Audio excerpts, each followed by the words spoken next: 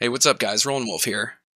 Just going to get into a trade recap from yesterday, and I made about $15,000, which actually brought me to over $300,000 in profits for the year, which is just amazing. I mean, if you would have told me a year ago that this is where I'd be, there's no way I would have believed you. But I've grinded super hard, late night studying, preparing, um, researching, and then get a couple hours of sleep and wake up early in the morning and do it all over again. Um, but it's all been worth it. It's definitely all been worth it. And I just have to give a quick shout out to Tim Sykes. Um, Without finding him, there's a very good possibility I wouldn't be doing this. I'd be doing what I was doing before. And so I'm super grateful for him, for his teachings and guidance, and it's been amazing. So that being said, I'll go ahead and get into the trade recap for you. And this trade is actually the one that brought me over $300,000, and it was after hours yesterday. And this is HMNY, and all of you should know this one, obviously, unless you're living in a cave somewhere. But you can see it's been a monster move from the twos all the way up to $39 yesterday, and I think it's the biggest runner this year. Maybe the biggest runner since Dries last year, which was, everyone knows Dries too. So similar psychology behind this chart, and I didn't play any of it only because when you go back in the history, you can see every spike that's happened over the last, several months or a year even has been just completely rejected, and it's been, a slam dunk short up until now. And they came out with some news. Obviously, people liked it. But the reason I didn't play it is because when you go back, if you're looking at the first week of this move, even the first 4 days, to me, this was just completely overextended already. And then you get this first red day in here, which sucks in shorts. And of course, that's one of the highest odds patterns that there is the first red day for shorts.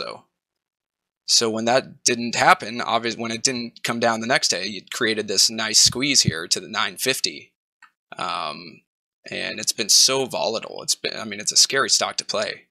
And then you get the second red day in here, and for sure everyone's thinking that that's the top, but instead it does this, and so on and so forth up to 14. And this is basically short squeeze. It's just, shorts squeezing each other. Then you get another red day. Now that definitely looks like a top to me, and I was thinking the same thing. That's a great short right there, but that's what created this move, which, the last 3 days, 4 days has just been incredible, from 16 all the way up to a high of 39. And yesterday it actually did the most volume it's done this whole run. It did about 24 million in volume. That's like $1 billion. That's like $1 billion in dollar volume. Just massive volume. So my trade actually came in on this day, and normally I would never buy anything in this region, but we got this after hours panic yesterday, and I'll get to the minute chart here.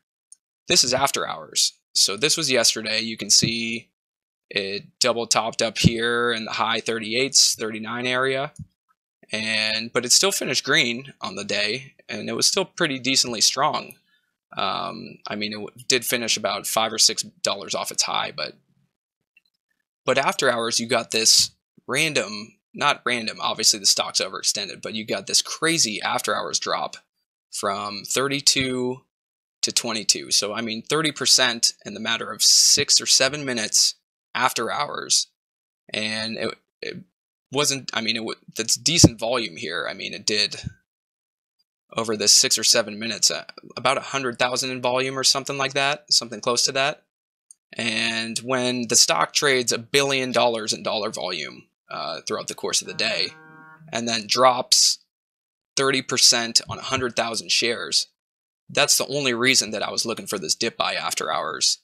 And you can actually see my buys and sells at the bottom of this, but I ended up taking a position on this first green candle after this gigantic drop, and I bought some at 24.75 and some at 25. So I didn't quite catch the bottom, but if you were watching this, the spread was, it was over $1 at times for a couple seconds there. It was really crazy spread due to it being after hours and being so illiquid. But I went ahead and took a position. Definitely not the safest trade, but it kind of was. It kind of felt like a pump and dump. Basically, it kind of felt like dip buying the panic on a pump and dump, which I've done a video on before. I'll post a link to that as well. And I got in here 24, 75, and 25. I grabbed 1,000 shares. I'm sorry, 2,000 shares. And obviously I did have to sit through some pain, but it's not as bad as it looks. I mean, I ended up right in here. The spread was still pretty funky. Once again, not the safest trade, but then I got this nice little pop, and I sold right into these 2 green candles right off the bat. I offloaded, I think like 1,000 shares or something just to make myself, just to lessen the risk. I was down several $1,000s on this trade at one point, but I did sell into this pop quickly, and then for the rest of this move back up to $29. So we're talking, you know, $4 a share or so. I just sold the rest of it into this little pop. And in the matter of less than 10 minutes, I made $5,000 and wiped my hands clean and walked away. And that's the last I was thinking about this stock. It was definitely scary after hours dip buy. But like I said, just reading the situation, it had done $1 billion in dollar volume and then 100,000 tanks at $10. There was sure to be some covering here and some other dip buyers. So that was this trade. It worked out really well, and it brought me over $300,000 in profits for the year. So it's pretty awesome. I actually also played it today, and today was the big tank day with real volume. You know, this was kind of not artificial, but it was, to me, it was a signal that this was going to happen today for sure. And it's likely the end of this for now. I mean, this thing was bound to come down. And we'll get into one more thing. So we'll actually get into my overnight holds for tonight quickly while I'm at it. And you can see my positions here. I am long basically all the Bitcoin penny stocks tonight. BTCS, BTSC, GAHC, and MGTI. And I actually bought all of these this morning, like first thing when I got up and checked the computer. I saw Bitcoin had finally broken 5,000, which was, let's see if we get into the daily chart, which was a major level of resistance. And you can see it reached 5,000 back here, back in August, and then tanked all the way back down to 2,900. I mean, a huge drop. And you can see today, it's been grinding up. And in fact, I bought BTSC 3 days ago, but ended up selling it yesterday for a small loss just because I got bored with it and thought, you know what, maybe it's going to reject this 5,000. But instead, I woke up to this, and I took positions in all the Bitcoin penny stocks prior to them even really popping. I think they were about 10% up, maybe. And I was down a couple $100 all day, but sure enough, end of day, we got nice pops on all of them. And I'm sitting pretty for tomorrow. I'm up $6,700 going into the morning, and I'm expecting them all to run pretty decently. So we'll be watching Bitcoin stocks tomorrow.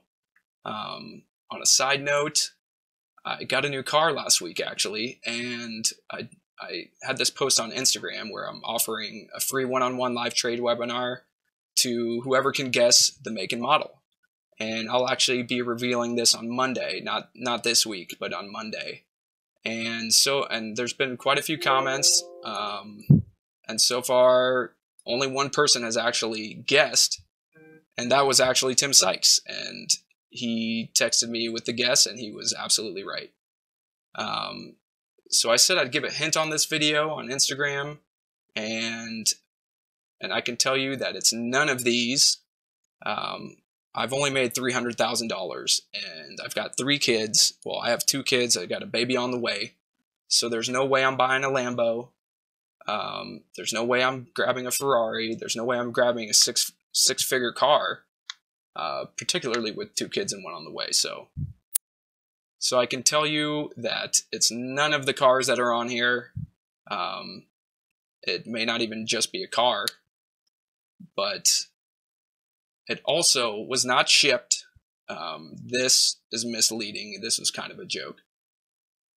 Definitely this statement here of my dream car is being shipped is not completely accurate. And that's all I'll say for now. I'll be doing another video tomorrow, and maybe I'll drop some more hints there. But on top of that, on top of a live one-on-one trading webinar with me, Tim Sykes is actually sweetened the offer. He's going to be giving away How to Make Millions, which is a sweet guide. It's actually the DVD that really started me off on the right foot once I decided to take this thing seriously. And so he'll be giving out How to Make Millions. Check us out on Instagram and go ahead and take your best guess. And if you get it, you'll get a free trading webinar with me, and you'll get a free copy of How to Make Millions, which is an awesome guide.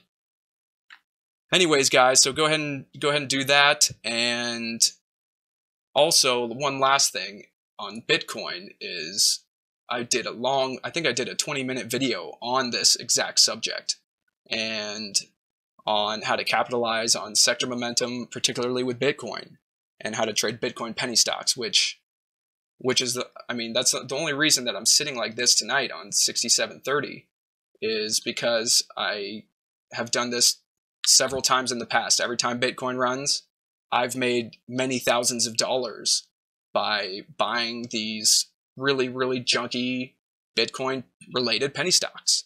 So I'll post a link to that video above as well. And I would check that out too, because it'll probably happen again sometime in the future. And tomorrow should be a good day. It's actually, it's setting new highs as we speak. So anyways, have a good one, guys, and I'll catch you guys tomorrow. My name is Tim Sykes, and I teach people to trade stocks. I am a self-made multimillionaire. So this is the ideal trade that I'm going to talk about. I want you guys to understand every single aspect of this trade.